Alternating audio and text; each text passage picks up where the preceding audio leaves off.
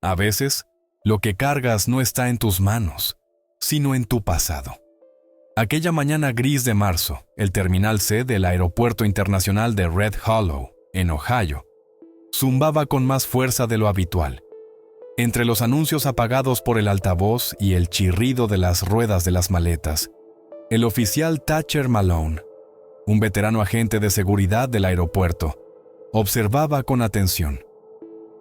A su lado, Bishop, un pastor belga malinois con un olfato casi sobrenatural y un carácter inquieto, husmeaba el suelo pulido como si persiguiera algo que solo él podía detectar. Durante 7 años, Thatcher había confiado en los instintos de Bishop, más que en cualquier compañero humano. Pero ese día algo en el comportamiento del perro le resultó extraño. Entonces la vio. Una mujer alta, rubia, avanzaba lentamente entre la multitud, sosteniendo con esfuerzo 2 bolsas de papel en los brazos. Su vientre abultado, claramente en el último trimestre de embarazo, se apretaba contra una blusa blanca bajo un abrigo azul oscuro. Se llamaba Marlo Ashford, y todo en ella parecía cuidadosamente diseñado. Unas gafas de sol grandes, demasiado oscuras para el interior del aeropuerto, zapatillas sin tacón, elegidas por comodidad, y un rostro sereno, demasiado tranquilo para un lugar lleno de caos y despedidas.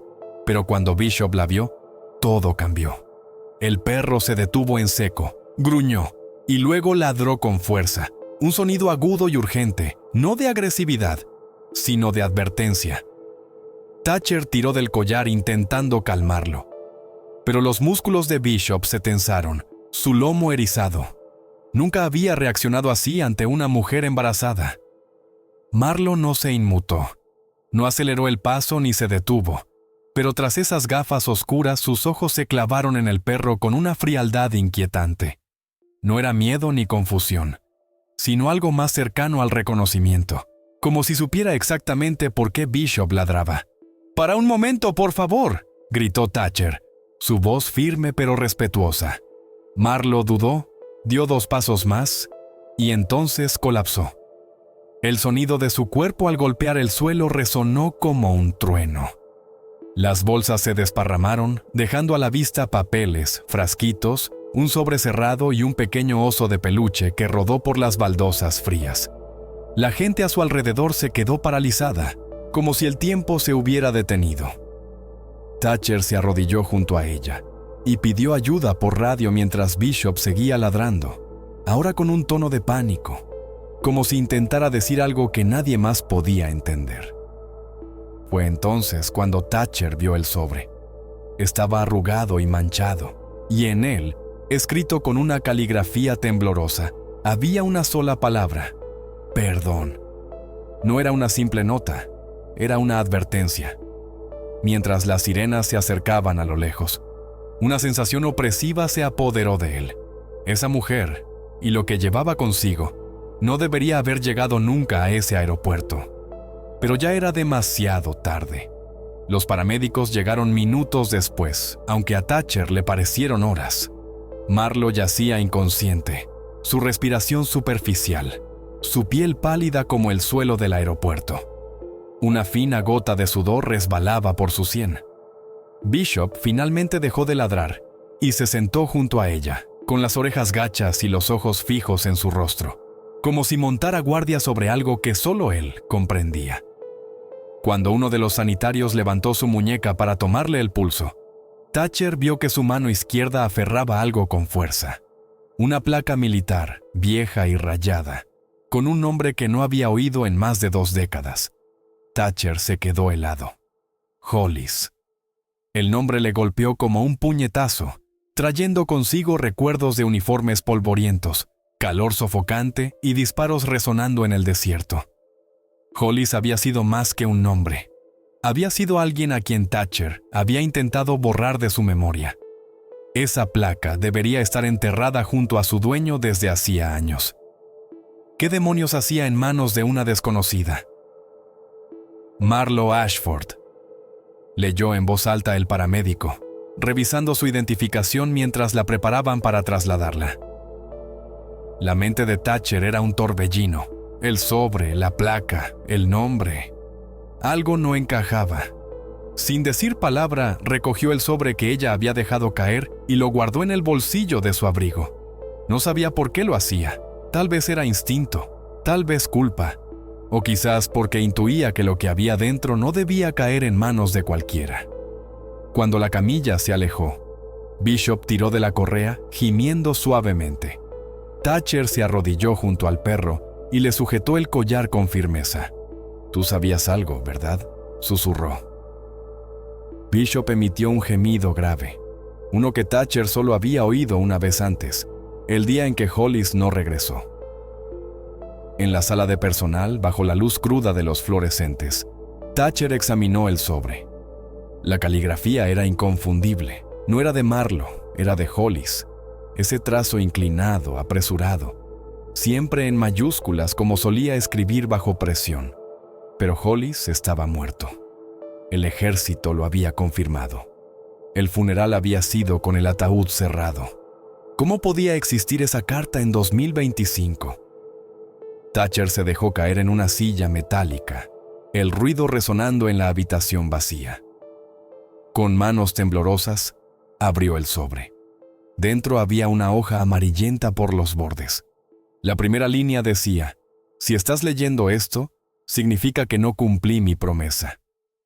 Algunos fantasmas no acechan, pensó Thatcher mientras leía. Algunos guían. La carta continuaba con un tono febril, entre confesión y advertencia. Hollis hablaba de alguien a quien conoció en su último despliegue en Kandahar. Una mujer llamada Lena, una intérprete civil, y un secreto que juró proteger hasta la muerte. Ella no solo cargaba con su pasado, escribió, también cargaba conmigo. Thatcher apenas recordaba a Lena. Era una figura silenciosa, siempre en las sombras, nunca demasiado cerca de los soldados. Pero Hollis la miraba de forma distinta. Ahora, 22 años después, una mujer llamada Marlo Ashford se había desplomado en un aeropuerto aferrando la placa de Hollis y portando su carta. Las cuentas eran aterradoras, pero tenían sentido. Si Lena estaba embarazada cuando Hollis murió, Marlo podía ser su hija. Pero, si eso era cierto, ¿por qué estaba allí? ¿Por qué ahora? Un golpe seco en la puerta lo sacó de sus pensamientos. La oficial Dorian Fay, su joven pero astuta compañera, entró con el rostro tenso. «Ha despertado», dijo. «Y te está pidiendo a ti». Thatcher se levantó lentamente, guardando la carta en el bolsillo. Un escalofrío le recorrió la espalda. No recordaba haber visto a Marlo antes de ese día, pero la reacción de Bishop y ahora esa petición no podía ser una coincidencia. Siguió a Dorian por el pasillo estéril hasta la clínica del aeropuerto, donde habían estabilizado a Marlo. El zumbido de las luces parecía más fuerte de lo normal. Cada paso hacia su puerta era como adentrarse en un capítulo de su pasado, que nunca quiso reabrir. A través del cristal, la vio sentada en la cama, con los labios pálidos y las manos jugueteando con la sábana. Parecía más joven, vulnerable, como alguien a punto de quebrarse. Sus ojos se alzaron, sus miradas se cruzaron y por un instante, Thatcher vio a Hollis en ella. La forma de sus ojos, el peso de una verdad no pronunciada. Marlo murmuró algo, no un saludo ni un nombre, sino una pregunta. ¿Sabes quién soy? Thatcher entró en la habitación y el silencio se volvió más pesado que el aire. Marlo no dijo nada al principio, sus manos aferrando la sábana con los nudillos blancos. Sus ojos lo observaban, no solo mirándolo, sino escrutándolo, midiendo algo. «¿Tú lo conocías, verdad?», preguntó al fin, su voz ronca pero firme. «¿A Hollis?», no dijo mi padre, y Thatcher no respondió de inmediato. Una parte de él aún no podía admitirlo en voz alta. «Serví con él», dijo por fin, su voz baja. «Estuvimos en la misma unidad hasta su última misión». Ella asintió una vez, como confirmando algo que solo ella veía. «Escribió sobre ti», dijo, y sus ojos se llenaron de lágrimas que no llegaron a caer. Dijo que eras el único en quien confiaba, que si algo le pasaba, tú sabrías qué hacer. El nudo en la garganta de Thatcher se apretó. No se sentía digno de esa confianza, no después de las decisiones que había tomado, no después de cómo murió Hollis. Marlo metió la mano bajo la almohada y sacó otro sobre, desgastado, arrugado, casi deshaciéndose. Lo escribió para mí antes de que naciera, explicó, tendiéndoselo con dedos temblorosos. Mi madre lo escondió toda mi vida. Dijo que era demasiado peligroso, que solo traería dolor.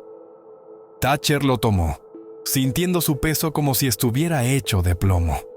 No lo abrió, no podía, no todavía.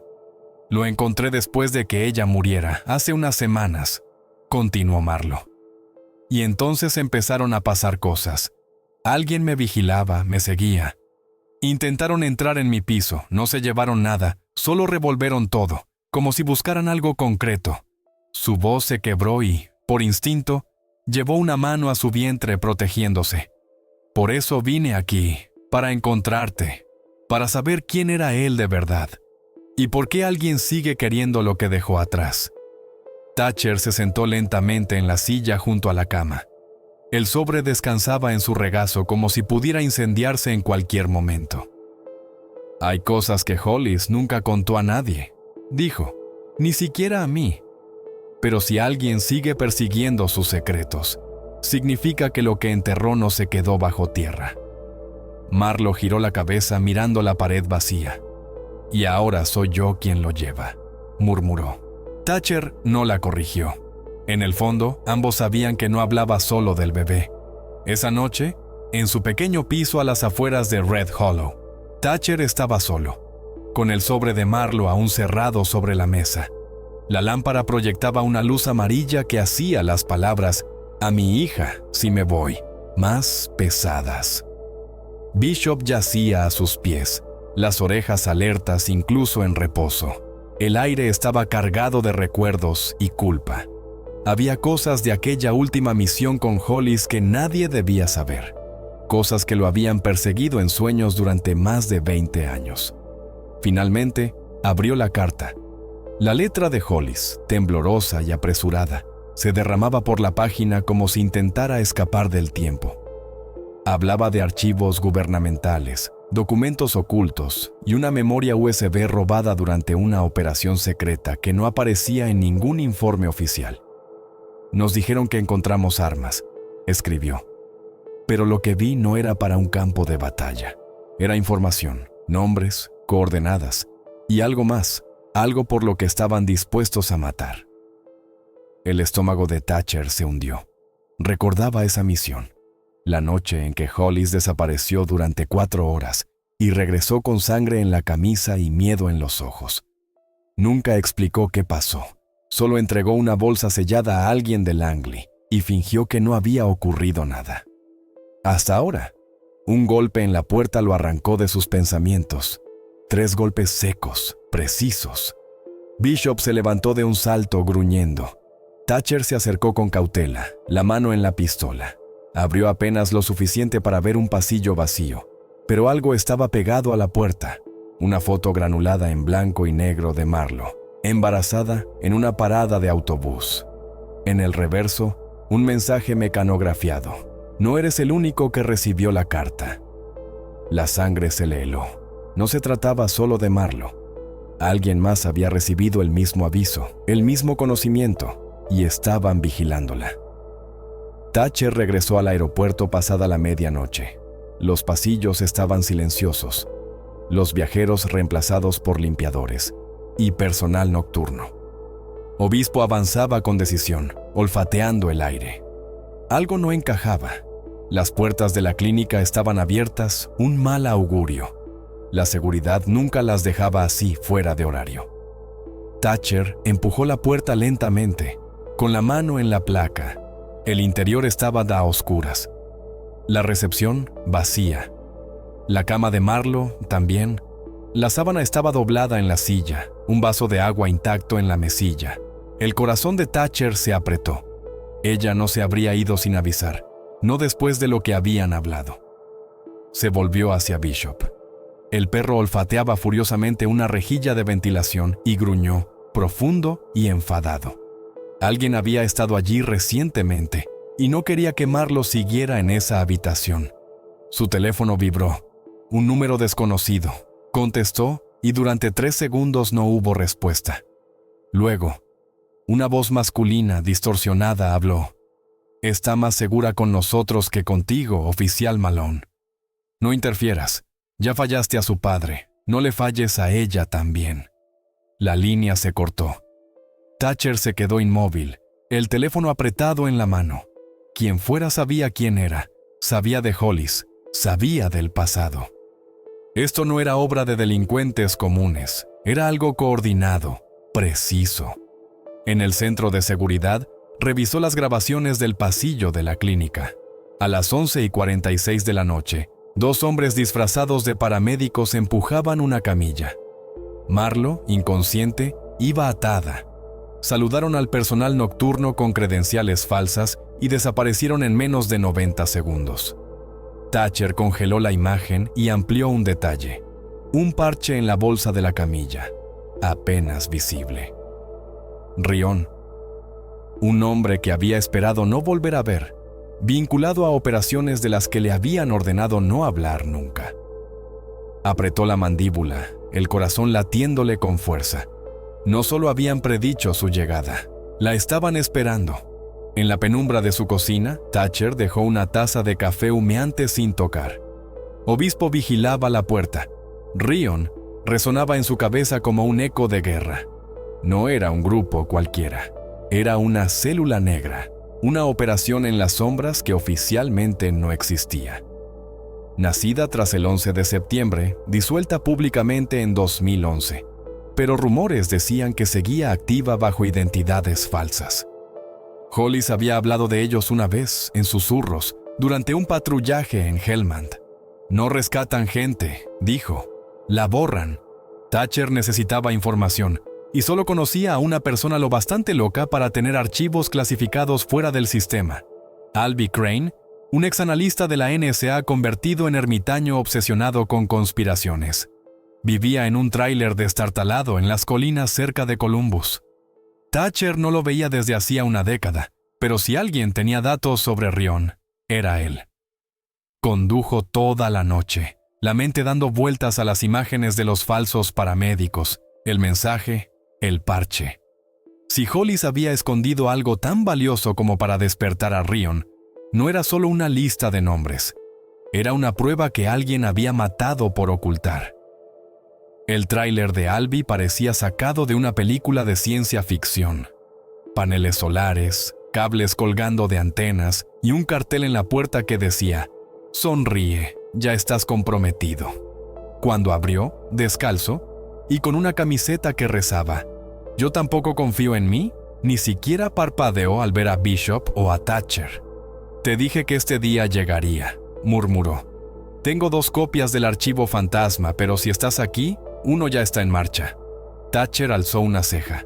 «¿Sabías de Hollis?». Albie sonrió sombríamente. «No lo conocía, pero seguí la operación. Una extracción de activos salió mal, corte de comunicaciones repentino.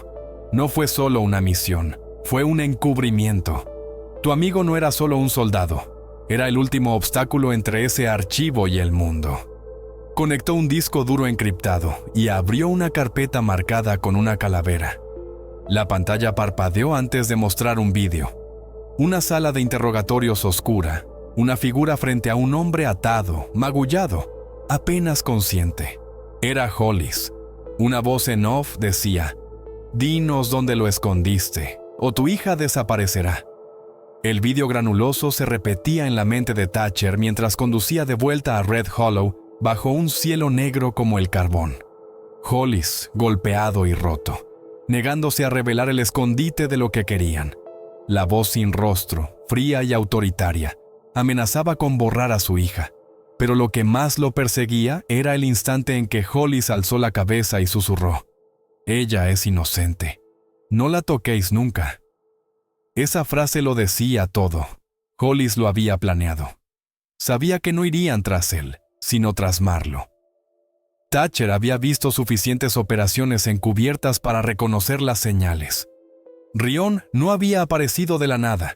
Habían estado esperando, reactivados por la llegada de Marlo, embarazada, vulnerable, buscando respuestas. Ella había desencadenado algo. Una alarma en sistemas sin nombre, un protocolo enterrado durante décadas. Ahora la tenían, y lo que buscaban estaba o bien dentro de ella o la consideraban la llave para encontrar lo que Hollis escondió hace más de 20 años. En el centro de seguridad del aeropuerto, Thatcher llamó en algunos favores y accedió a registros de vuelos confidenciales y cámaras de vigilancia.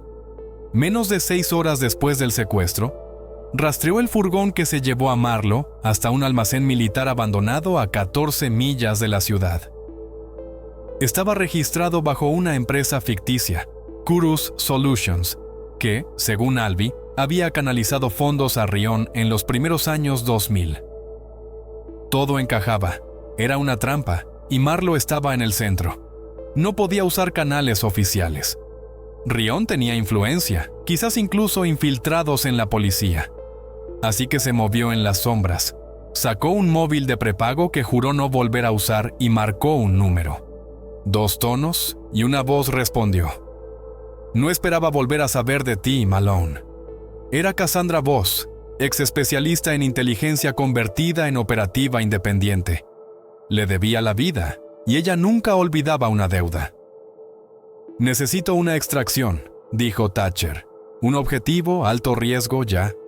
Cassandra no preguntó nada, solo dijo, envía las coordenadas, yo traigo el silencio. Miró a Bishop, que lo observaba con ojos alerta. ¿Preparado para otra? El perro golpeó el suelo con la cola una vez, luego otra. Era toda la respuesta que necesitaba. Mientras cargaba su arma y guardaba el disco con el vídeo en una caja fuerte, las palabras de Hollis resonaron en su cabeza. Si la encuentras, protégela. Incluso de la verdad. Se puso el chaleco, miró el reloj y susurró. Se acabó el tiempo, Hollis. La sacaré. El almacén se alzaba en la distancia como un gigante oxidado, bajo y silencioso. Thatcher aparcó a 2 calles, bajó un paso elevado donde las luces de la ciudad apenas llegaban. Cassandra apareció minutos después, vestida con equipo táctico negro, los ojos ocultos tras lentes infrarrojas. Sin saludos, le pasó un silenciador y señaló el edificio. 2 guardias en la entrada trasera. Un tercero fuma cada 18 minutos junto al generador.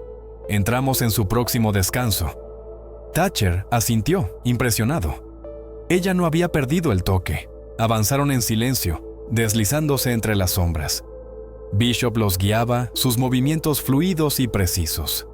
A las 2:13 de la madrugada, el tercer guardia encendió un cigarro. Como Cassandra había predicho, se colaron por un panel lateral, viejo y olvidado. Dentro olía a aceite, metal y algo rancio. Los pasillos estaban abarrotados de cajas sin etiquetas. El haz de la linterna de Thatcher solo revelaba polvo y candados. Entonces lo oyeron. Un murmullo débil, una voz femenina. Siguieron el sonido por un corredor serpenteante hasta una puerta cerrada con una ventana pequeña. Allí estaba Marlo, esposada a una silla, el pelo revuelto, los labios agrietados. Pero sus ojos se iluminaron al verlo. Cassandra empezó a forzar la cerradura, pero Bishop gruñó bajo. «Aguanta», dijo Thatcher, girándose lentamente. Pasos en las sombras. 2 hombres armados emergieron. Uno con un silenciador, el otro con una porra eléctrica. «Aléjense de la puerta», dijo el más alto con calma ensayada. No debían encontrarla tan pronto. Thatcher no dudó, y aún así aquí estamos. En un movimiento rápido, Cassandra disparó a la pierna del primero, mientras Bishop derribaba al segundo, arrancándole la porra. Thatcher agarró al alto y lo estampó contra una caja. La pelea fue breve pero brutal. Segundos después, los guardias yacían en el suelo, y el silencio del almacén volvió, más pesado que antes. Liberaron a Marlo. Su voz tembló al intentar levantarse. No paraban de preguntar por un código que me dio mi padre, pero no lo tengo. No sé de qué hablan. Thatcher la ayudó a ponerse en pie. «Lo tienes», dijo en voz baja. «Solo que aún no lo sabes». Mientras escapaban, Cassandra cubría la retaguardia. Nadie notó el monitor parpadeante de una cámara oculta. En una sala oscura, a kilómetros de allí, una mujer de pelo plateado y mirada gélida se inclinó hacia adelante. «Está activa», susurró a alguien fuera de plano. «El bebé despierta», sonrió. «Que corran, esto solo empieza». En un motel barato, el silencio era casi sobrenatural. Marlo estaba sentada al borde de la cama, envuelta en una manta, sus dedos trazando el contorno de la placa militar que aún colgaba de su cuello. Thatcher vigilaba por la ventana, viendo la lluvia deslizarse por el cristal. Cassandra dormía en una silla, con un ojo siempre entreabierto. Bishop descansaba a los pies de Marlo, su respiración lenta y constante. El asalto al almacén había dejado marcas físicas y emocionales, pero el verdadero peso venía de las preguntas sin respuesta. «No recuerdo que hablara de él», susurró Marlo, rompiendo la quietud. «Mi madre, Lena, lo guardaba todo bajo llave, literalmente. Tenía una caja de madera con el cierre roto. Nunca me dejaba tocarla». Thatcher se giró. «¿Todavía la tienes?» Marlo asintió. «En mi piso. Lo destrozaron todo, pero dudo que la encontraran. La escondió dentro de un piano viejo que creen que no funciona». Su voz se quebró. Típico de ella. Hacer que todo pareciera roto cuando en realidad guardaba la melodía. A la mañana siguiente, con identidades falsas y un coche sin placas cortesía de los contactos de Cassandra, fueron al piso de Marlo. El edificio estaba precintado, pero Thatcher sabía cómo sortear la cinta policial. Dentro, el caos superaba lo imaginable. Cajones volcados, marcos rotos. Pero el piano seguía intacto, escondido a plena vista. Marlo levantó la tapa y sacó la caja de madera. La abrió con cuidado, como si destapara una tumba. Dentro había fotos en blanco y negro, desgastadas por el tiempo. Lena y Hollis riendo junto a un jeep militar. Documentos en farsi. Una cinta con la etiqueta «Solo para ella cuando esté lista» y un saquito de terciopelo. Dentro, una llave de latón antigua con un número grabado, 0471. Marlo la miró como si fuera radiactiva. «He visto este número antes», murmuró. Escrito a mano en un mapa de Arlington. Los ojos de Thatcher se entrecerraron. No es solo una llave, es una ubicación, una caja fuerte. En el motel, escucharon la cinta. La voz de Lena, más vieja de lo que Marlo recordaba, era lenta y cauta. «Si oyes esto, estás en peligro y lo siento. Intenté protegerte de él, de ellos, de la verdad. Pero siempre encuentras el camino de vuelta. Naciste para eso». Las manos de Marlo temblaban. «Nunca te conté que le hicieron a Hollis, ni a mí. Pero lo que hay en esa caja no es solo de ellos, es tuyo. Y harán lo que sea por esconderlo». Fuera, un trueno retumbó. En el destello de un relámpago, Thatcher vio una figura al otro lado de la ventana. Se levantó de golpe. «Nos han encontrado». Bishop gruñó. Cassandra abrió los ojos y Marlo susurró, como si la verdad al fin emergiera. «No se trata de un archivo. Se trata de mí».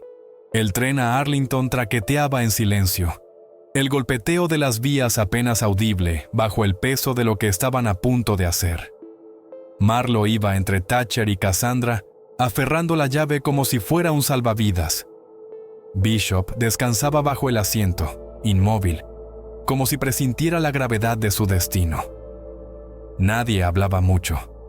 El aire estaba cargado de miedo y preguntas sin respuesta. Llegaron al mediodía. El cielo gris encajaba con las calles de piedra y los edificios solemnes del casco histórico. El banco era antiguo, de granito, con puertas de latón y guardias que parecían más decorativos que útiles. Una recepcionista los recibió con desgana, pero al ver la llave su expresión cambió.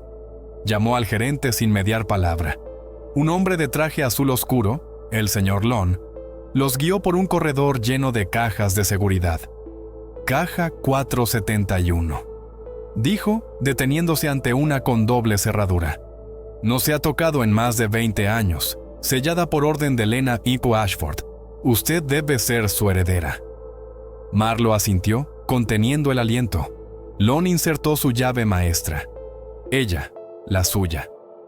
Los cerrojos se dieron con un gemido metálico. Dentro no había joyas, solo un sobre grueso etiquetado solo para consulta y un reloj antiguo que aún tic-tacaba. Marlo tomó el sobre. Había documentos militares sellados, algunos en inglés, otros en farsi. Fotos de hombres uniformados, mapas con líneas rojas trazadas en el desierto.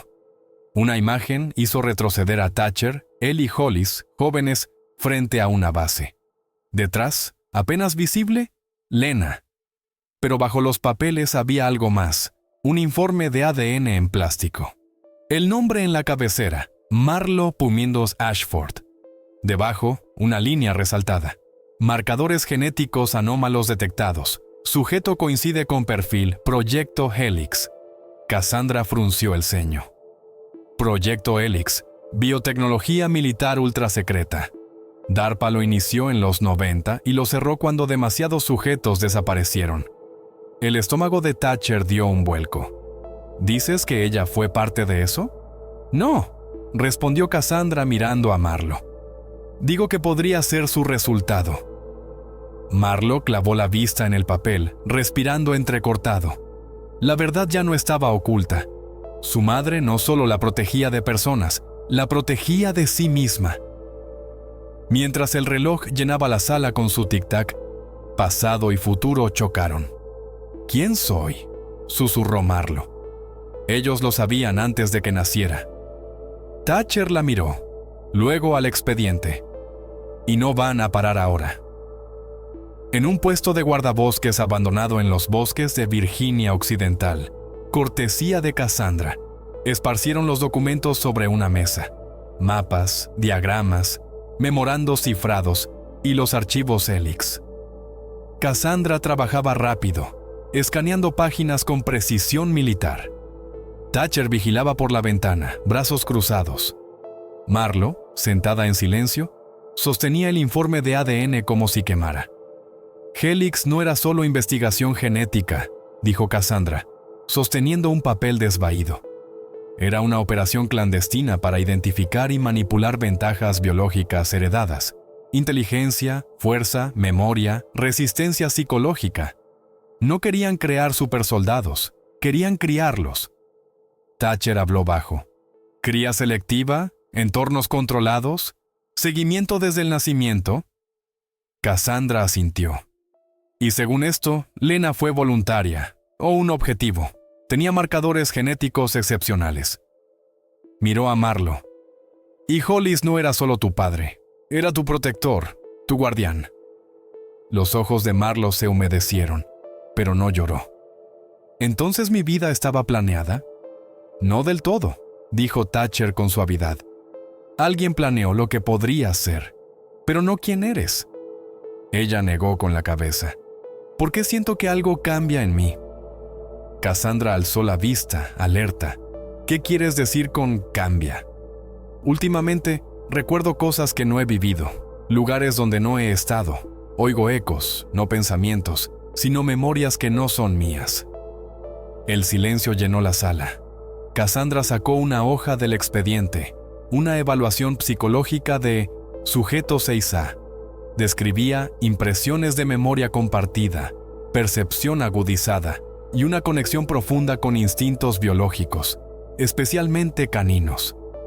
Miró a Bishop, pegado a Marlo desde el principio, respondiendo a ella como si leyera su mente. No solo lleva rasgos, dijo Cassandra lentamente. Lleva acceso. La diseñaron para desbloquear algo. Thatcher palideció.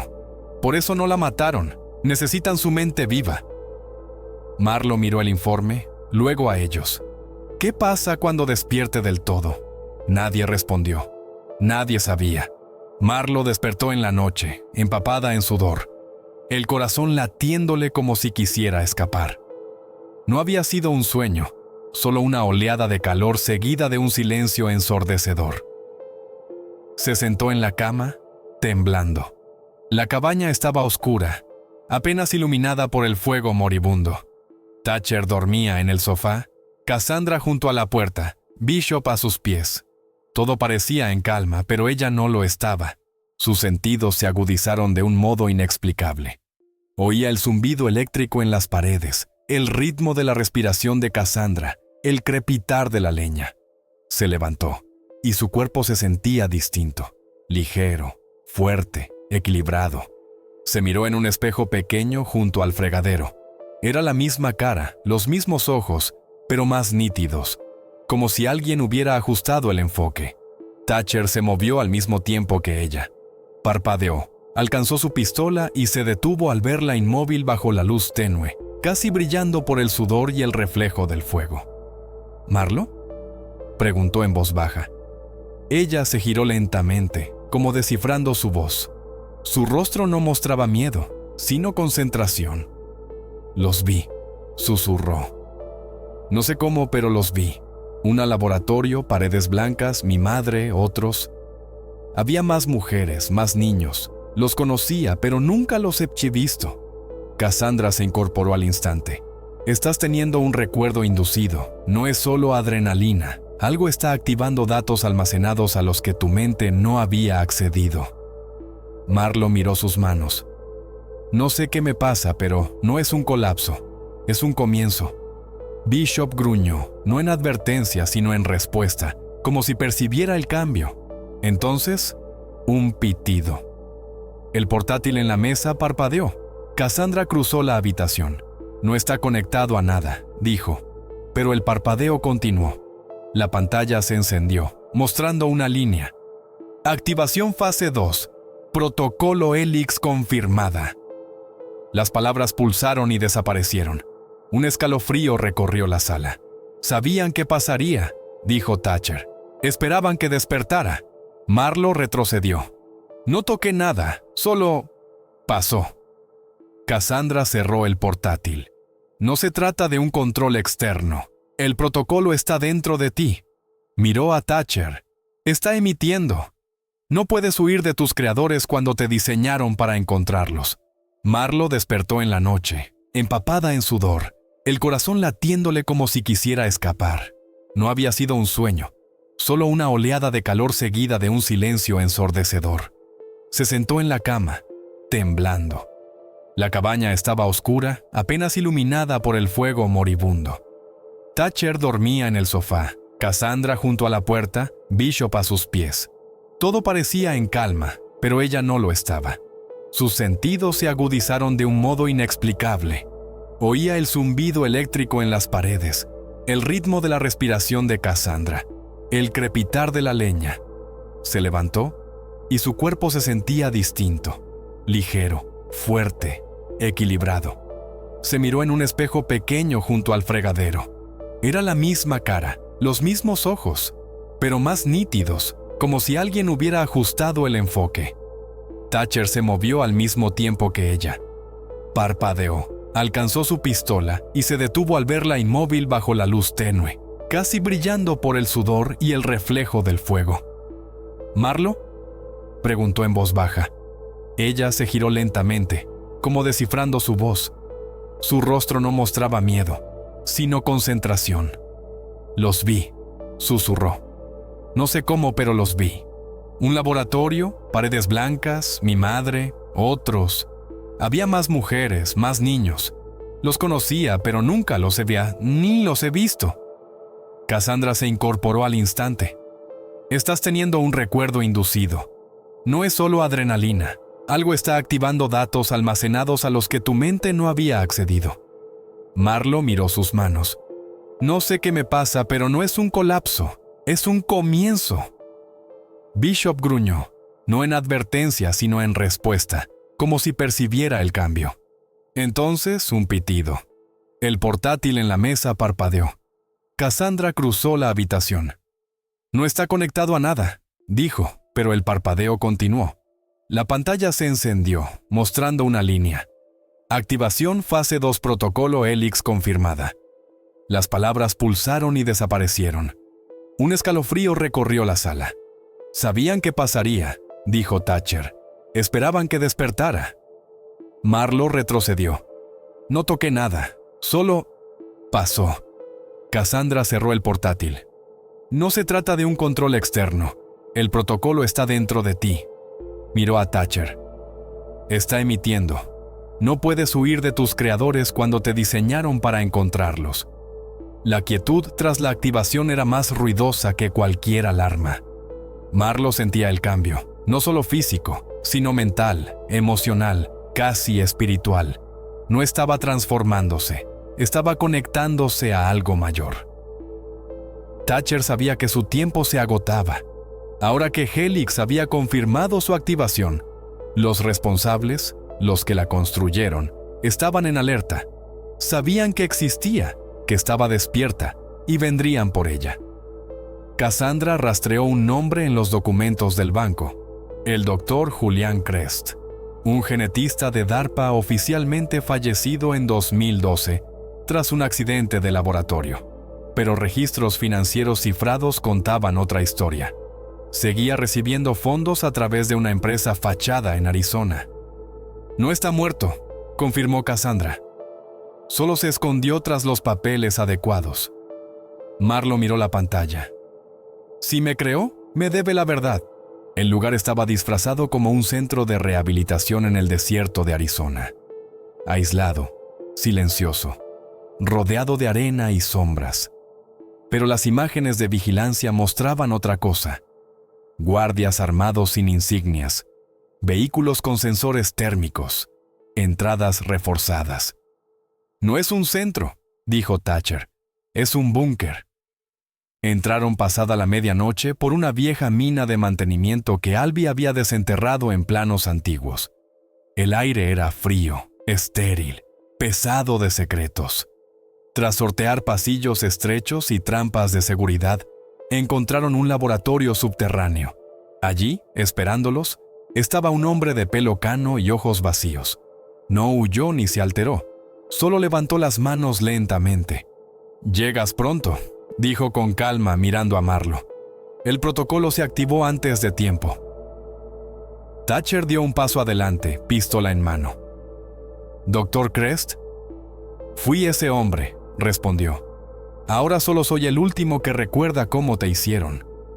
Marlowe se acercó, la voz firme pero rota. «¿Por qué mi madre? ¿Por qué yo?» Crest suspiró. «Porque ella tenía los marcadores más puros, y tú fuiste nuestro único éxito». La respuesta silenciosa a una pregunta que el mundo aún no ha hecho. «¿Qué pregunta?», espetó Cassandra. Crest la miró, luego volvió a Marlowe. «Helix no fue el fin. Fue el primer paso, un prototipo. Y tú eres la única que sobrevivió al proceso». Antes de que pudieran reaccionar, una explosión sacudió el lugar. El edificio tembló. Luces rojas parpadearon, sirenas ulularon. Violación de seguridad detectada. Protocolo de contención iniciado. Anunció una voz robótica. Crest sonrió con amargura. «Querías la verdad», dijo. «Ahora se asegurarán de que no salgas con ella». El pasillo se llenó de luz roja y alaridos. Las puertas metálicas se cerraron una tras otra, cortando las salidas. Cassandra agarró a Marlowe y la arrastró hacia el laboratorio. «Están sellando todo. Tenemos 90 segundos como mucho». Thatcher miró a Crest. «Vienes con nosotros». Pero Crest no se movió. «Nunca debí salir de aquí», dijo, y su voz se apagó. Marlowe respiraba rápido, pero su mente estaba tranquila, demasiado tranquila. Destellos de memoria regresaron. Planos del complejo, túneles, salas de máquinas. No solo recordaba, accedía a conocimientos que nunca tuvo. «Un túnel bajo el laboratorio 3», dijo de pronto. «Lleva a unas cámaras frigoríficas antiguas». Cassandra la miró. «¿Cómo lo sabes?» «No lo sé», susurró Marlowe. «Pero lo sé». Se movieron rápido. Thatcher iba delante, Cassandra detrás, y Marlowe los guiaba por el laberinto de cemento. Bishop permanecía a su lado, sus movimientos precisos. Cada giro que tomaban, Marlo lo anticipaba: cámaras, sensores, patrullas. No era suerte, era supervivencia codificada. Llegaron a una compuerta sellada. «Fue soldada hace años», murmuró Cassandra. «Ya no», dijo Marlo. Puso la mano en un panel y el cerrojo se abrió con un siseo. El túnel era estrecho, frío, lleno del zumbido de máquinas olvidadas. Mientras avanzaban, Thatcher se giró hacia ella. «¿Memoria muscular programada?» Marlo asintió. «Creo que mi madre escondió más que una caja en ese piano. Escondió instintos. Tal vez todo un mapa». Cassandra miró atrás. «No solo recuerdas este lugar. Fuiste creada para escapar de él». Los pasos resonaron tras ellos. Operativos de Rion, armados hasta los dientes, se acercaban.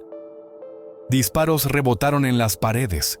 Thatcher respondió al fuego, cubriendo al grupo. Una bala pasó rozando la cabeza de Marlo.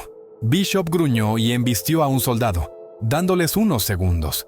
Thatcher lanzó una granada de luz y escaparon al exterior, a un barranco seco tras el complejo. Un furgón los esperaba, preparado por Cassandra. Mientras huían en la noche desértica, Marlo aferraba el reloj de bolsillo del banco, su tic-tac constante en la mano. «¿Y ahora qué?», preguntó, la voz temblorosa por primera vez. Thatcher la miró, decidido. «Dejamos de correr y empezamos a cazar». Cassandra asintió. «Quien creó esto no solo te creó a ti, crearon a otros». En un refugio en la campiña de Nuevo Hampshire, el silencio era tenso, como si el mundo contuviera el aliento. Marlo estaba sentada en el suelo, rodeada de documentos del laboratorio de Crest. Páginas rotas, fotos, cintas con códigos. Thatcher vigilaba desde la puerta. Cassandra garabateaba en una libreta, reconstruyendo una cronología. Pero fue Marlo quien lo encontró. Una hoja doblada dentro de un manual sin título. Una lista de 5 nombres, todos con el prefijo 6A. Ella era el último. «Pensé que era la única», dijo en voz baja. «Pero no lo soy». Thatcher se acercó. Había 5 nombres. Marlo era la última. «No son solo archivos, son personas». Marlo señaló el segundo nombre. «Kane Ward».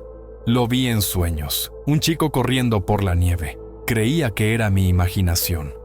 Cassandra levantó la vista. «No es imaginación, es neurológico. Estáis conectados, genéticamente o cognitivamente.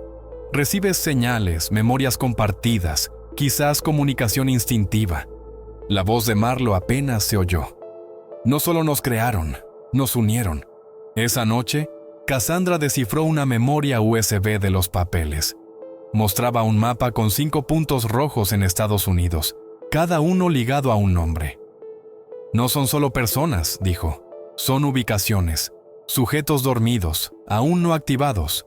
Thatcher se inclinó. «O ya despiertos». Marlo miró el mapa, reflejado en sus ojos. «Si yo desperté, ellos también podrían, o estar en peligro como yo». Cassandra asintió sombría. «Y si despiertan, no sabrán en quién confiar». Thatcher añadió. «Lo que los hace vulnerables o letales». Marlo fue al rincón donde descansaba el reloj de bolsillo. Lo tomó, sintiendo su tic-tac. «Hay algo en este reloj. Aparece en mis sueños. Creo que es más que un recuerdo. Creo que marca algo». Cassandra revisó un código en el informe de ADN de Marlo. Esta secuencia coincide con una señal. El reloj podría ser un faro. Thatcher las miró. «¿Dices que puede rastrearlos?» «No», respondió Marlo. «Creo que lo siento». Mientras planeaban buscar al sujeto más cercano, el mapa parpadeó. Un punto se movió en los bosques nevados de Oregón. Silver Pines, Oregón, era un pueblo olvidado, sepultado bajo la nieve la mayor parte del año. Kane Ward había vivido allí toda su vida, criado por un contratista militar retirado que decía ser su tío. El hombre era severo, solitario, y nunca hablaba de los padres de Kane. «Se perdieron en servicio», repetía, pero Kane no lo creía del todo. A veces, de noche, oía voces en sueños. Siempre veía a la misma chica, rubia, ojos oscuros, fuerte pero asustada. No sabía quién era, pero al despertar sus manos temblaban, su pecho dolía y sangraba por la nariz. Esa mañana, tras el sueño más intenso, sintió un cambio. La chica susurró un nombre: Marlo. Al despertar, un reloj antiguo en el pasillo, intocado durante años, volvió a funcionar. Algo lo empujó al sótano, al baúl que su tío le prohibía abrir. Dentro halló archivos médicos con su nombre y el código 6A-02. Fotos suyas de niño conectado a máquinas. Análisis de sangre etiquetados Helix, sujeto adaptable Ward. No era adoptado ni huérfano, era un experimento. Oyó neumáticos en la nieve. Su tío llegaba pronto. Cain tomó los archivos, metió todo en una mochila y salió por la ventana trasera. No sabía a dónde iba, solo que algo lo llamaba hacia el este. Marlo resonaba en su cabeza como un faro. Esa noche, en la cabaña de Nuevo Hampshire, Marlo estaba junto al fuego, mirando el mapa. Un punto se movió. Abrió los ojos y susurró: «Ha despertado». Thatcher levantó la vista. «¿Cain?». Ella asintió. «Está huyendo». Cassandra entró, nieve en las botas. «Pues lo encontramos antes que ellos». La nieve caía espesa en el norte de Pensilvania, cuando cruzaron la frontera en un todoterreno negro modificado por Cassandra. Marlo iba atrás, ojos fijos en el rastreador. El punto de Cain se movía erráticamente, luego con rumbo fijo hacia el este. «Está asustado», dijo. «Pero no huye de mí, viene hacia mí». Cassandra miró por el retrovisor. «La conexión entre vosotros crece. Si Helix incluyó una frecuencia neuronal compartida, cuanto más cerca estéis, más os alinearéis». A Thatcher no le gustó. «¿Qué pasa si todos despiertan?». Cassandra suspiró. «El experimento empieza de verdad, y nadie sabe qué significa». Marlo miró sus manos. Ya no temblaban. Cuanto más se conectaba, más enfocada se sentía. El caos la volvía más precisa. En los bosques cerca de Scranton, Cain avanzaba por la nieve, los archivos pesándole más en el alma que en los hombros. No sabía qué lo esperaba, solo que retroceder era desaparecer. Oyó un motor lejano. Un coche negro sin faros lo seguía, lento, deliberado. Marlo se irguió de pronto. «Lo han encontrado». Thatcher giró. «¿Dónde?». «No lo sé», dijo, ojos abiertos. «Pero está en peligro. Lo siento aquí». Se tocó la sien. Cassandra aceleró. «No esperamos coordenadas, vamos ya». Esa noche, Cain tropezó en un arroyo helado. Una voz cortó el aire. «Para, agente 6A-02». 3 hombres en negro surgieron, armas en alto. Su corazón se congeló. Justo cuando parecía el fin, una figura emergió de las sombras. Marlo. La nieve estalló. Bishop derribó a un operativo. Marlo se movió rápido, esquivando disparos tras un tronco caído. «Eres real», jadeó Cain, el aliento helado. «Te vi en mi cabeza años». Ella lo miró, firme en el caos. «No estás loco, estamos conectados». Cain asintió, temblando. «Pensé que me volvía loco». «No», dijo Marlo, «estás despertando». Thatcher y Cassandra dispararon desde un risco, forzando a los agentes a retroceder. Cuando la nieve se asentó, el bosque quedó en silencio. «¿Cómo me encontraste?», preguntó Cain. «No lo hice», respondió ella. «Nos encontramos». Era eléctrico, no romántico, sino como recordar una canción desconocida pero familiar. En el todoterreno, Cain procesaba todo, manos en la cabeza. Sus archivos confirmaban lo que Cassandra descifró: conexiones neuronales, memorias compartidas. Era el segundo sujeto viable de Helix. «Éramos 5», dijo Cassandra. «Ahora sois 2, 3 siguen ahí, y Rion no parará». Marlo miró a Cain.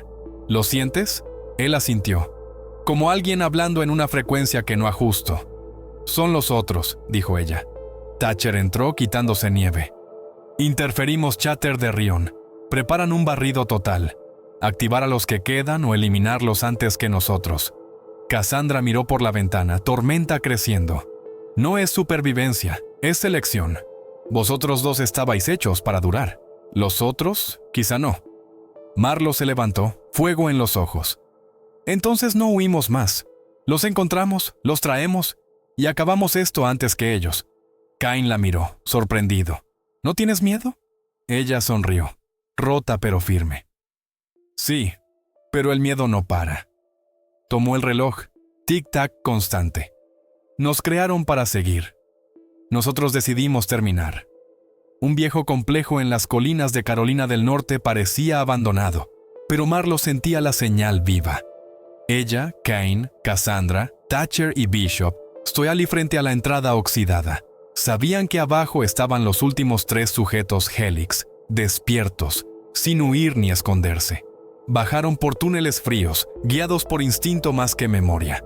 Los encontraron en una sala, 3 figuras como ellos, marcadas, alteradas, sin miedo, solo reconocimiento. Una chica dio un paso. «Te vimos en la oscuridad». Cain asintió. «Venimos a apagarla». En la sala de control, Cassandra insertó el último dispositivo. «Esto lo borra todo, en todas partes». Marlo la miró, inmóvil. «Hazlo». Cuando el sistema colapsó, fue como exhalar un aliento retenido. Servidores apagados, códigos borrados. El zumbido que los persiguió toda la vida se desvaneció. Por primera vez, no eran activos ni sujetos. Eran personas. Fuera, el sol salió sobre los árboles mientras el complejo se derrumbaba atrás. Cain se giró a Marlo. ¿Se acabó? No, dijo ella. Es el principio. Terminamos lo que empezaron, para todos como nosotros. Sin secretos, sin control, solo elección. Lo único que Helix nunca permitió. Marlo sostuvo el reloj, su tic-tac firme. Un eco sonó en su mente. La voz de su madre. No te hicieron para obedecer. Te hicieron para elegir. Cerró los ojos bajo la luz y por primera vez se sintió libre.